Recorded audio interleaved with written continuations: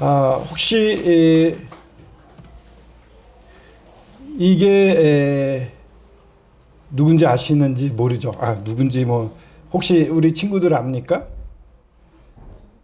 제가 얼마 전에 미국 비자를 받으러 대사관에 갔었는데 어떤 사람 앞에 젊은 사람들이 저한테 펜을 들고 있으니까 제 펜을 빌려달래요. 요 펜이었거든요. 요 펜을 막 빌려달래더니 어떤 젊은 사람 앞에 가가지고 사인을 받는 거예요. 대여섯 명이 돌아가면서 이 펜을 빌려서 사인을 받는 거예요. 그래서 이 사인이 뭐냐 이랬더니 그 사람이 누구냐 이랬더니 탱크? 프로게이머 탱크래요. 저는 몰라요. 예전에 한번 세계 챔피언이 된 사람이랍니다. 그래서 젊은이들 사이에는 우상 같은 존재인가 봐요. 그래서 그 사람이 이 펜을 빌려가지고 열심히 사인을 해줘가지고 이 펜이 그 사람 손에 이렇게 닿았던, 아마 그 팬들은 이 펜을 주면은 굉장히 좋아할지도 모르겠습니다. 그 말씀을 왜 드리냐면은 저희들이 이 성경을 보면, 성경은 이게 한 1300년에 걸쳐가지고 쓰여진 한 40여 명에 의해서 쓰여진 책입니다. 그래서 각 사람이 시대별로 썼으니까 이거는 각 사람의 생각이 들어가 있나 보다 이렇게 생각하기 쉬운데 그렇진 않습니다. 이 펜이 이 사인을 썼는데 이 펜이 쓴 겁니까? 아니면은 여기 나와 있는 이 박단원 씨 탱크가 쓴 겁니까? 탱크가 쓴 거죠. 다만 이 펜을 사용해 가지고 쓴 거지 않습니까? 마찬가지로 이 성경 말씀이라는 것은 하나님이 쓰셨는데 40명에 의한 이 펜과 같은 사람들을 통해서 이 성경을 쓰신 겁니다. 그래서 이 1300년 동안 40여 명에 의해서 쓰여진 책, 가장 가까이 쓰여진 것은 지금으로부터 한 1900년대 전에 쓰여졌습니다. 그러니까 굉장히 오래전에 쓰여지긴 했습니다만 이것을 컴퓨터 같은 데 넣어서 정리를 해보면 주제가 예수 그리스도로 딱 나옵니다. 그리고 하나님이 우리 사람들에게 사람들의 말로 알 수 있게끔 보내신 편지입니다. 이 탱크가 쓴 이 펜도 굉장히 소중하지만 이 사인이 굉장히 중요하죠. 이 누가 썼느냐도 중요하지만 이 내용, 하나님이 우리에게 보내신 내용이 매우 중요합니다.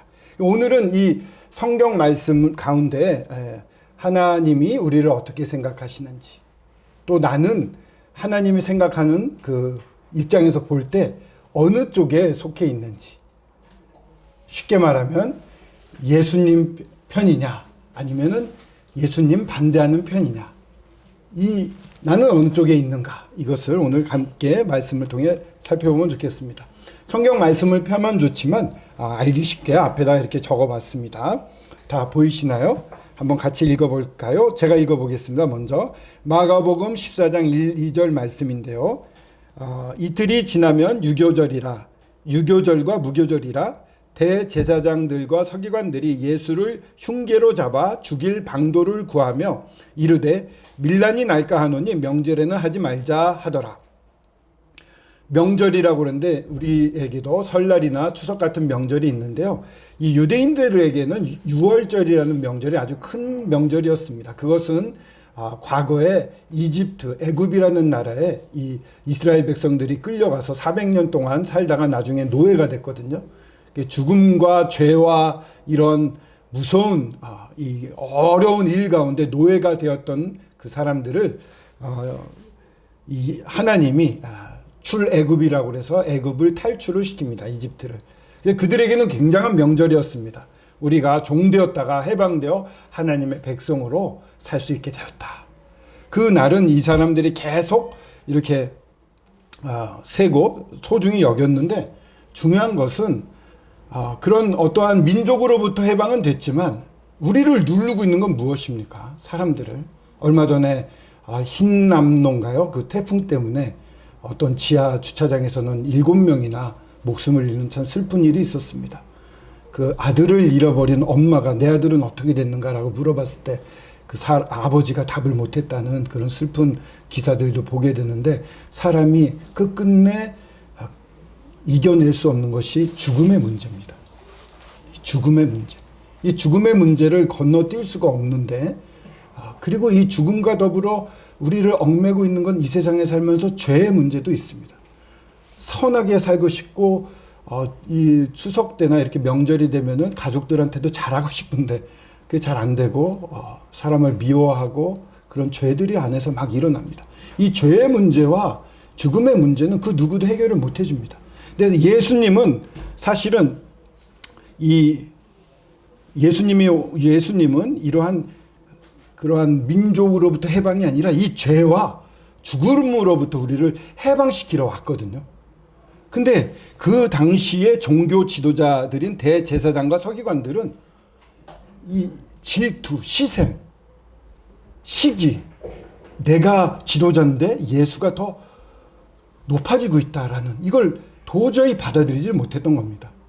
그래서 놀랍게도 이 유월절과 무교절이 지나는 다음에 예수님을 죽일 계획을 세우고 있었어요. 여기 나오는 대제사장과 서기관들은 예수님 편에 있는 사람일까요? 아니면 예수님 반대편에 있는 사람일까요? 예수님 반대편에 있는 사람이겠죠. 그 다음에 이어지는 성경 말씀인데요. 이 베단이라는 곳은 예루살렘에서 2km 정도 동쪽으로 떨어져 있는 곳에 있는 마을입니다. 거기에는 이 예수님이 사랑했던 그 나사로라든가 이 마리아라든가 마르다라고 하는 그러한 여인들 가족이 살고 있었어요. 너무너무나 사랑을 했는데 이 베다니에 자주 가셨어요. 예수님이. 어떤 나병 환자 시몬의 집에 갔을 때 한 여자가 그 예수님 앞에 나왔는데 매우 값진 향유, 순전한 나드 한 옥합, 뭐 예를 들면 한 11cm 정도 되는 병이라고 하는데 이렇게 지금 이거는 이스라엘에서 판매가 되고 있는 이러한 향유가 들어가 있는 옥합인가 봅니다. 요런 것을 이제 깨트려 가지고 예수님께 부어 드렸습니다. 이 향유 옥합이라고 하는데 향유가 들어간 옥합인데 이건 1년치 노동의 대가의 가격과 같다고 했습니다. 그러니까 뭐 하루에 10만 원으로 계산을 해서 한 달에 뭐 예를 들어 뭐 300만 원 그렇게 쭉 일을 못 하겠죠. 그래서 1년치를 하면 3천에서 4천만 원 정도 받을 수 있을 겁니다. 3, 4천만 원이나 되는 아주 고가의 돈이죠. 아마 이 여인이 결혼하기 위해서 준비했던 게 아닌가라고 생각되는 이런 자금원인데 이거를 예수님 앞에 와서 무릎을 꿇고 예수님을 이걸 깨트려서 예수님 머리에다 붓고 또 다른 부분을 보면 이 다리에다도 붓고 또 머리로 이렇게 닦기도 했다고 해요. 예수님의 발을. 좀 이해가 안 가는 행위지만 하여튼 가장 고귀한 것을 예수님께 드리는 겁니다. 그러니까는 이 한 여자는 어느 쪽에 있는 사람일까요? 너무 쉽죠. 우리 친구들 한 여자는 누구 편이죠? 예수님 편이죠. 맞습니다. 한 여자는 예수님 편이었어요. 근데 어떤 사람들이 화를 내어서 서로 막 말을 했어요. 그 여인한테 직접 말한 건 아닌 것 같아요. 근데 어찌하여 이 향유를 허비하는가? 이 향유를 300데나리온, 여기가 300데나리온이 300 곱하기 1당이에요. 그러니까 한 3, 4천만 원 되는데 팔아서 가난한 자들에게 줄 수 있겠도다 하며 그 여자를 책망했어요. 예수님에 대해서 깊이 생각하는 여인과 달리 이 사람들은 시선이 이 비싼 향유 옥합에만 가 있었어요. 여인이 왜 저런 행동을 할까는 생각하지 않고 이 향유 옥합에만 이 돈, 이 세상에 가치 있는 것, 근데 더 가치 있는 예수님을 못 보고 이 세상에 가치 있는 것만 보고 있는 것이었어요. 여기 나옵니다. 대제사장과 서기관, 한 여인, 어떤 사람들. 누가 예수님 편에 있는지는 명확히 알 수 있을 겁니다. 자, 너무 쉽게 우리가 이해할 수 있는데 나는 어떤가요? 여러분들은 어떤가요? 나는 어느 편에 있습니까?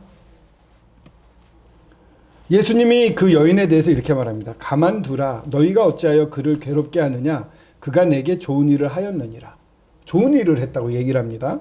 가난한 자들은 항상 너희와 함께 있으니 아무 때라도 원하는 대로 도울 수 있거니와 나는 너희와 항상 함께 있지 아니하리라. 예수님은 항상 함께 같이 있지 않고요. 벌써 제자들에게 얘기를 했습니다만 이제 곧 예루살렘에 들어가서 지금 예루살렘에 왔는데 대제사장과 서기관들이 나를 십자가에 달아 죽일 것이다 이런 얘기를 했었거든요. 그 이후에 부활할 것이다 이런 얘기도 하셨습니다. 그 얘기를 어떤 사람들 옆에 있던 제자들은 다 잊어버리고 향유 옥합에만 신경을 쓰고 있는 겁니다. 돈, 이 세상도 돈이면 뭐든지 다 할 수 있는, 한국 같은 경우에는 돈만 있으면 추석을 아주 편하게 세울 수 있죠. 전도 안 붙이고 추석상 한 세트 해서 콘도 빌려서 다 모여서 하면은 뭐 줌으로 하면은 멀리 떨어진 사람도 되고, 돈이 엄청난 위력을 발휘하는 나라이기도 하긴 합니다. 그래서 사람들이 돈에 관심을 갖고 삽니다. 그러나 이 여인은 예수님에 대해서 집중을 하고 있었습니다. 예수님이 그 여인에 대해서 이렇게 말해요. 힘을 다하여 내 몸에 향유를 부어 내 장례를 미리 준비하였느니라. 예수님 십자가에 돌아가신다고 그랬거든요. 십자가에 돌아가시는 예수님 마음속에는 뭐가 가득 차 있었을까요? 십자가에서 죽음.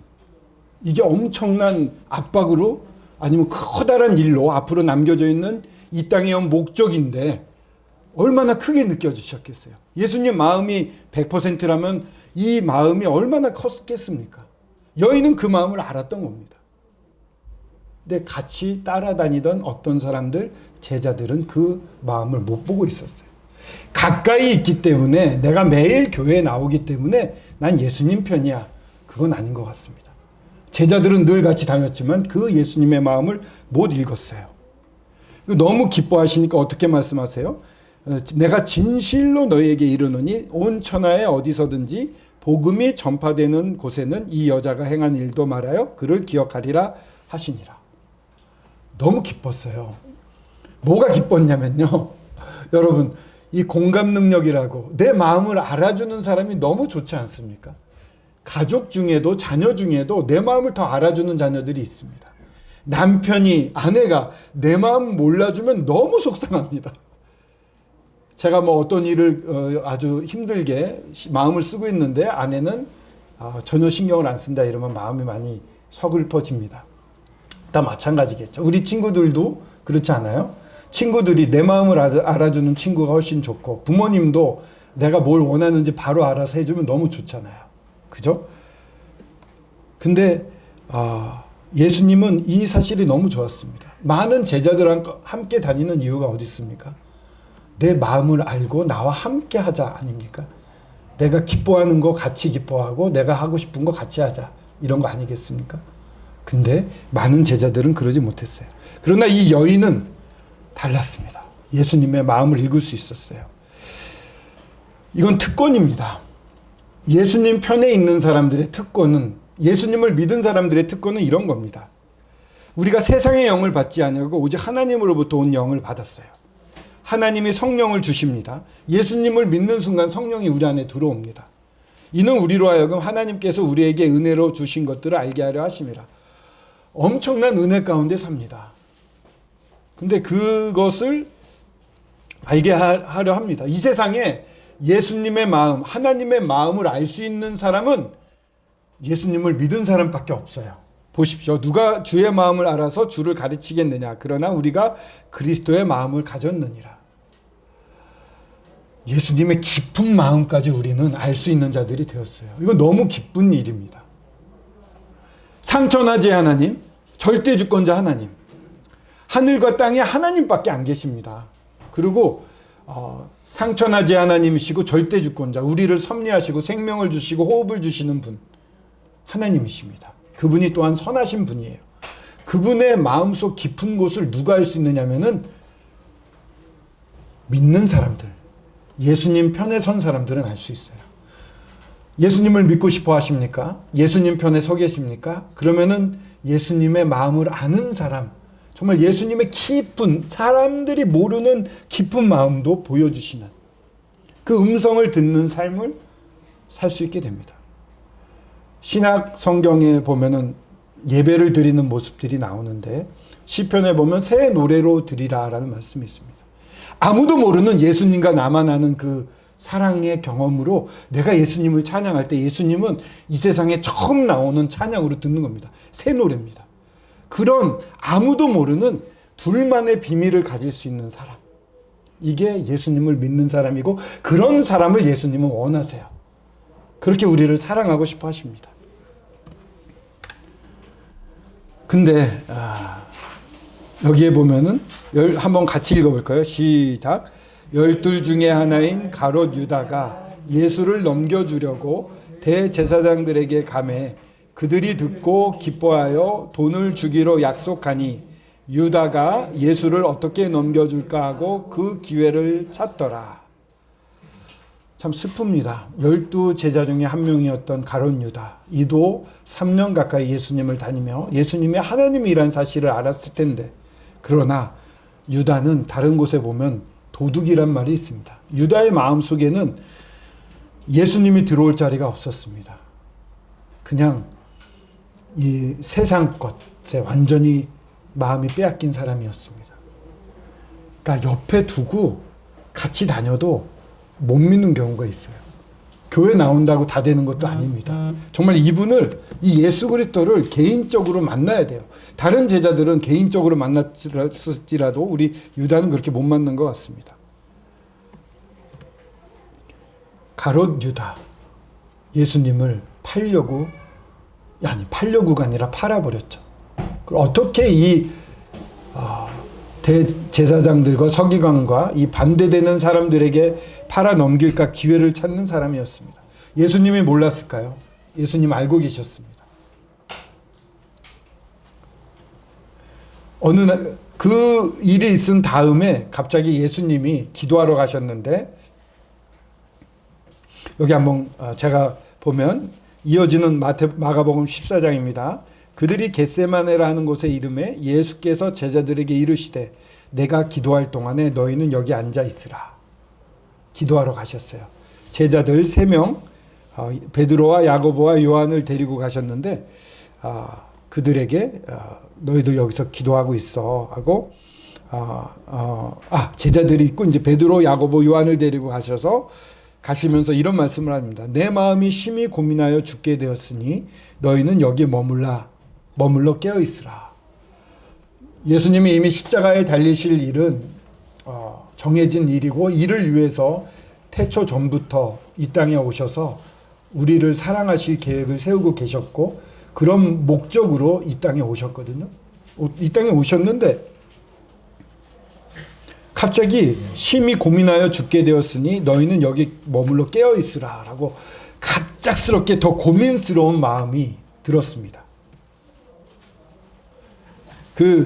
왜 이런 마음이 들으셨을까?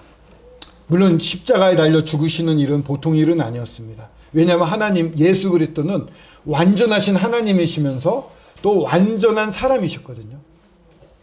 완전한 사람으로서 계실 때에는 하나님의 능력을 내 마음대로 쓰질 않았어요. 예수님은 자기를 비워 이 땅에 오셔가지고 하나님의 능력이 있음에도 불구하고 나를 위해 쓰지 않았어요. 그러니까 막 폭풍이 칠 때에도 피곤해서 막 잠이 깊이 드시는, 능력 있는 하나님이시면 안 주무셔도 되는데 너무 피곤해서 주무시는 분이셨어요. 또 시장도 느끼셨고 또 너무 슬퍼서 우시기도 하시고 그런 분이시거든요. 정말 저희와 똑같은 사람이었어요. 근데 이제 십자가를 앞두고 있습니다. 십자가에서 죽으신다고, 그 정해진 일이고 아버지 하나님의 뜻이 이루어지는 순간이란 것을 이제 주님 아버지가 가르쳐 주셨겠죠. 그러니까는 이제 나 정말 달리게 되는데 그 길을 생각해 봅니다. 내가 온전히 지금까지 한 번도 아버지 하나님을 슬프게 하거나 하지 않고 계속 사랑해서 순종해 왔는데, 정말 우리는 하나였는데 이제는 죽음으로 말미암아 이 아버지 하나님과 분리가 되고, 그리고 이 사람으로서 죽음을 경험하게 되는데, 과연 내 마음이 지금까지 아버지를 향해 100% 순종했는데 그 마음이 조금이라도 아버지에 대한 원망이 생기면 어쩌지? 라는 그런 걱정이 있으실 수도 있고, 성경에 쓰여져 있지 않지만 제가 묵상할 때 그런 생각이 듭니다. 그리고 또 하나는 가롯 유다에 대한 그런 간절한 마음이 아니셨을까? 가롯 유다도 멸망받지 않고 구원받게 해주세요 라는 기도를 아버지 하나님 앞에서 하고 계시지 않았을까요? 그래서 가롯 유다가 너를 팔러 올 거야 라는 아버지의 이렇게 가르쳐 주셨을 때 기도하셨던 게 아닐까. 3번이나 나가서 정말 이 가롯 유다를 비롯해서 모든 사람들이 나를 믿고 구원받게 해주세요. 내가 모든 사람을 위해서 피를 흘립니다. 제가 죽음을 맛봅니다. 그리고 부활할 건데 이 모든 사람들이 다 구원받았으면 좋겠습니다. 근데 많은 사람들이 대적하고 마귀와 함께 지옥불로 떨어지는 거예요. 제발 그렇게 되지 말고 단 한 명이라도 모두 다 구원받게 해주십시오. 저 유다도 그렇게 됐으면 좋겠습니다. 라는 그런 간절한 마음으로 기도하지 않았겠습니까? 한 번 기도하고 왔는데 베드로, 요한, 야고보가 잠들어 있습니다. 얘들아, 깨어서 기도하라. 부탁하고 또 가셔서 기도합니다. 땀방울이 핏방울이 되도록 정말 너무 고민하면서 기도를 하게 되면은 뭔가를 집중하면 이 모세혈관이 터져서 이 땀 가운데 피가 섞여 나온다는 그러한 보고가 있습니다. 예수님이 그런 피땀을 진정 흘리시면서 기도를 하셨습니다. 그렇게 3번 기도했는데 하나님은 기도를 어떻게 하셨을까요? 아버지 하나님이 말씀하시기 전에 예수님이 먼저 이렇게 대답을 합니다. 내 뜻대로 마옵시고 아버지의 뜻대로 하옵소서. 어느 순간 끝까지도 아버지 하나님에 대한 절대적인 순종을 우리 예수님은 하셨습니다. 그래서 3번째 오사 그들에게 말씀하십니다. 이제는 자고 쉬라. 그만 되었다. 때가 왔다. 때가 왔다. 보라. 예수님 뭔가 환기할 때 진실로와 함께 같이 쓰신 말씀. 보라. 인자가 죄인의 손에 팔리느니라. 보라. 함께 가자. 나를 파는 자가 가까이 왔느니라. 누가 가까이 오고 있었습니까? 가롯 유다가 예수님 팔려고 이 군인들을 데리고 가까이 오고 있었습니다. 나를 파는 자가 가까이 왔다. 이미 아버지의 뜻이 그대로 진행이 되고 이것을 받아들이는 예수님.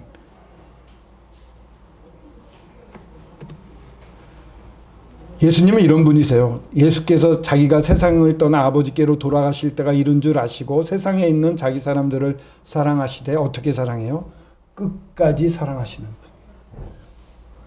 가롯 유다를 위해 멸망해가는 모든 사람들을 끝까지 사랑하시는 분입니다.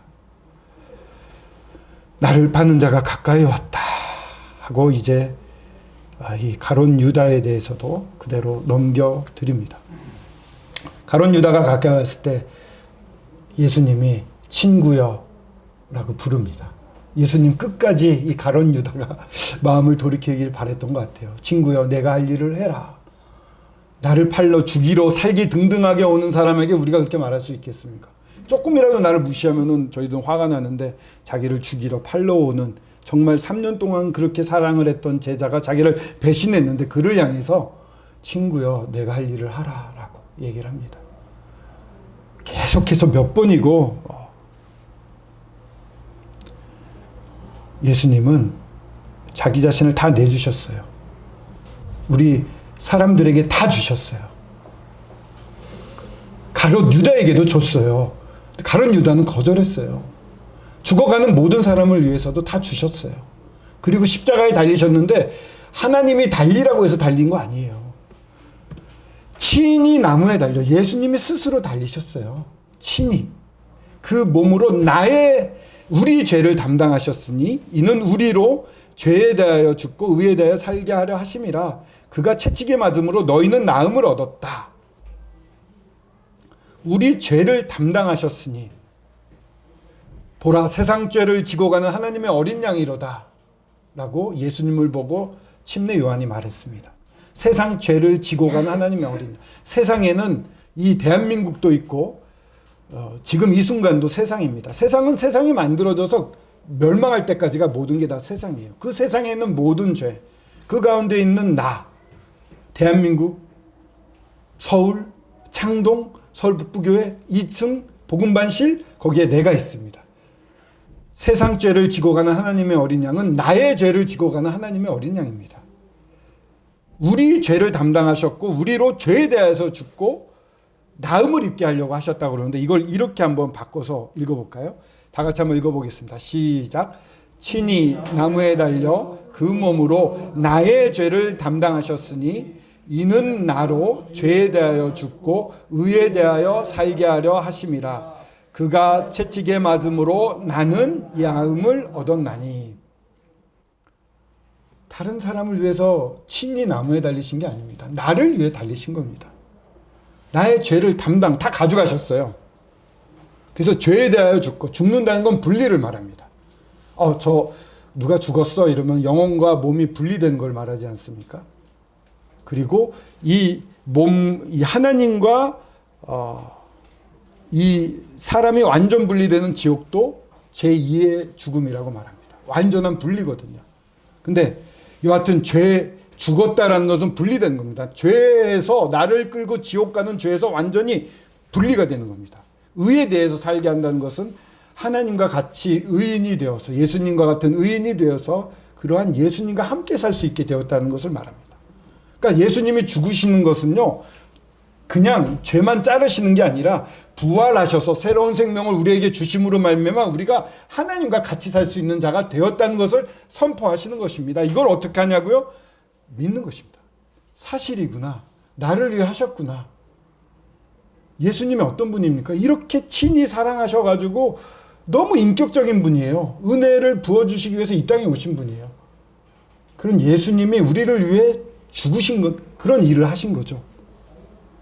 그가 채찍에 맞음으로, 예수님이 갈고리 채찍을 맞으셨습니다.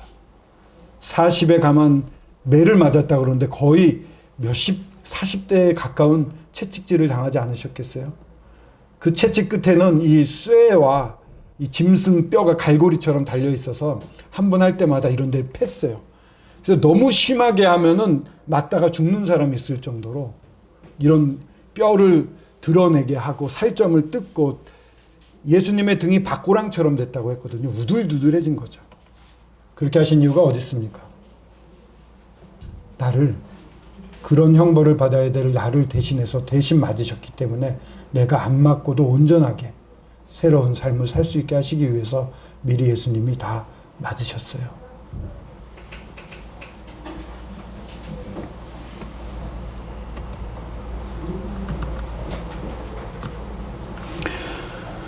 자, 이 많은 사람들을 보았습니다. 나는 어디에 속해 있습니까? 한번 다 같이 읽어보겠습니다. 시작. 너희가 내 양이 아님으로 믿지 아니하는도다. 내 양은 내 음성을 들으며 나는 그들을 알며 그들은 나를 따르느니라. 좀 심각한 일입니다. 우리는 어느 쪽인가 속해 있습니다. 예수님 쪽 아니면 예수님 아닌 쪽에 있습니다. 내 양이 아니면 안 믿는다고 해요.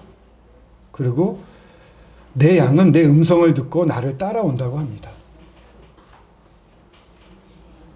진지하게 한번 생각해 보십시오. 지금은 이제 그냥 왔다 갔다 할 때가 아니라 정말 내가 어디 속해 있는지,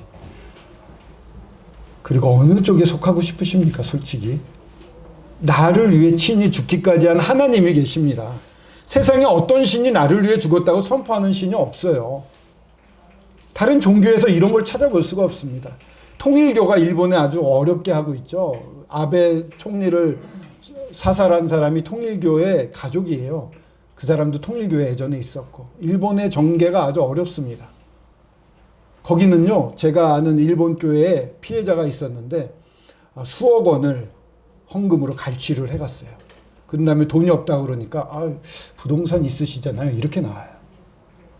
우리를 해방하고 죄와 사망에서 건져내는 게 아니라 죄와 사망으로 올가 넣는 그런 종교들이 세상에 많습니다. 헌신하라, 율법적으로 뭔가 기계적으로 하면은 복을 받는데 그런 하나님이 아니시거든요. 하나님 인격체예요. 우리랑 똑같고요. 은혜와 사랑이 많으셔서 우리를 너무 사랑하셔서 한 명 한 명을 끝까지 사랑하시는 분이에요. 가롯 유다 한 명 때문에라도 기도하시는, 아마 예수 그리스도가 가롯 유다 한 명 때문이라도 다른 사람 다 믿어도 왔을 거예요, 이 땅에. 만약에 모든 사람이 다 믿는다 해도 우리 친구 한 명이 믿고 있지 않다 그러면 이 땅에 오실 만한 분이에요. 그런 사랑과 은혜를 가지신 분이에요. 그분이 함께 내 양이 되어서 함께 가자고 그러시는데 그걸 거절하는 것 자체가 저는 이해가 안 가요. 저도 26살 때 예수님을 믿었습니다. 그 전에 술 먹고 종로에도 누워보고 신촌에도 누워보고 인천에도 누워보고 아주 술꾼이었거든요. 뭐 다 취한 다음에 동네 이 포장마차 가가지고 또 마지막 한 잔을 먹고 뒤로 꼬꾸라져서 기절하는, 머리로 이렇게 땅바닥을 밟고 그랬는데 멀쩡한 거 보면 주님의 은혜인 것 같아요. 겨울에 동생이 집에 갔는데 누가 길거리에서 누워 자고 있어요. 눈이 오는데 저러면 죽는데 했더니 우리 형이 형! 그래서 제가 벌떡 일어나서 동생 잘 지내니? 뭐 이래 얼어 죽을 뻔도 했고요. 이렇게 살다가요, 제가 26살 때 예수 그리스도를 만났는데 나를 위해서 이 땅에 오셨어요. 그래서 십자가에 죽으시면서 웅재야, 네가 지옥 가는 것보다 차라리 십자가에 달려 죽는 게 훨씬 낫다. 내가 이렇게 죽음으로 네가 평안하게 살고 나랑 함께 살 수 있다면 난 그것으로 만족한다. 라고 십자가 위에서 다 이루었다. 웅재야, 너를 향한 모든 사역을 다 이루었다. 네 죄를 내가 다 가져갔다. 너는 이제 나랑 살 수 있다. 라고 예수님이 외치셨어요. 요한복음 19장 30절에 다 이루었다 하고 숨을 거두고 돌아가시거든요. 그 외침은 저를 향한 것뿐만 아니라 여기 계신 한 분 한 분을 왜 다 외치고 계세요. 주님이 다 이루었다, 다 이루었다, 다 이루었다, 다 이루었다, 다 이루었다, 다 이루었다라고 말씀하고 계세요.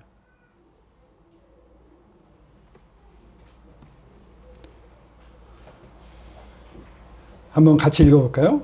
내가 그들에게, 시작, 내가 그들에게 영생을 주노니 영원히 멸망하지 아니할 것이요 또 그들을 내 손에서 빼앗을 자가 없느니라.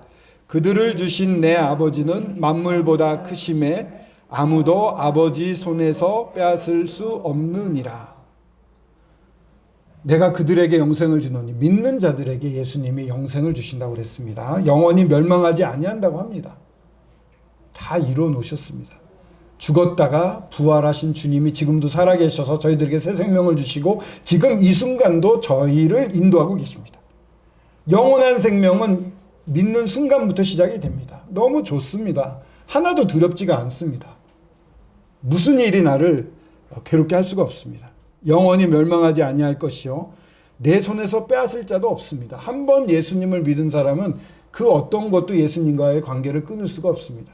어떻게 하나님, 상천하지 하나님, 모든 것을 창조하신 하나님 손에서 빼앗아 낼 수 있는 자가 어디 있습니까? 그들을 주신 내 아버지는 만물보다 크심에 아무도 아버지 손에서 빼앗을 수가 없느니라. 은찬이 한번 나와볼래요, 앞에? 우리 친구가 여기 앞에 같이 서보세요. 은찬이가 있습니다. 제가 만약에 예수님, 이 손이 예수님 손이라고 그래보세요.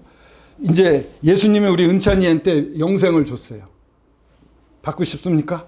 네. 그럼 멸망하지 아니하고 내 손에서 예수님이 꽉 잡았어요. 여기 한번 잡아보세요. 구원받고 싶으면. 딱 예수님이 이렇게 잡는 거예요. 내 손에서 빼앗을 자가 없는 겁니다. 근데 그들을 주신 내 아버지, 아버지의 손이 또 하나 있습니다. 만물보다 크시네 아무도 아버지 손에서 빼앗을 수가 없다. 예수님과 아버지가 붙잡고 있는 사람이 되는 겁니다. 도망쳐 보십시오. 만약에 은찬이가 믿음이 약해져서 손을 놔봐요. 그래서 나는 예수님 싫어 떠날 거야 하고 저쪽으로 가보세요. 할 수 있습니까? 고맙습니다.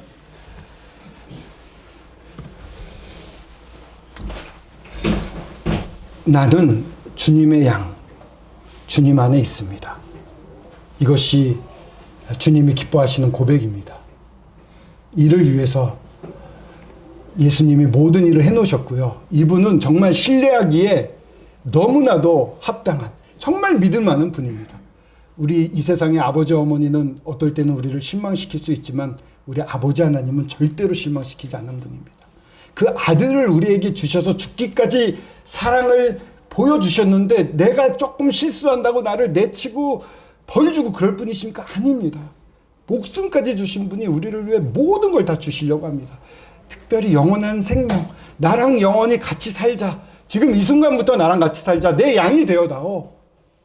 라고 선포하시는 분이 우리 예수님입니다.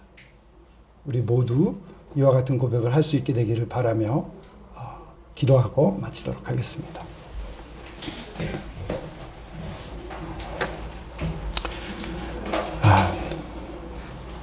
내 양은 내 음성을 듣고 나를 따른다라고 말씀하셨습니다.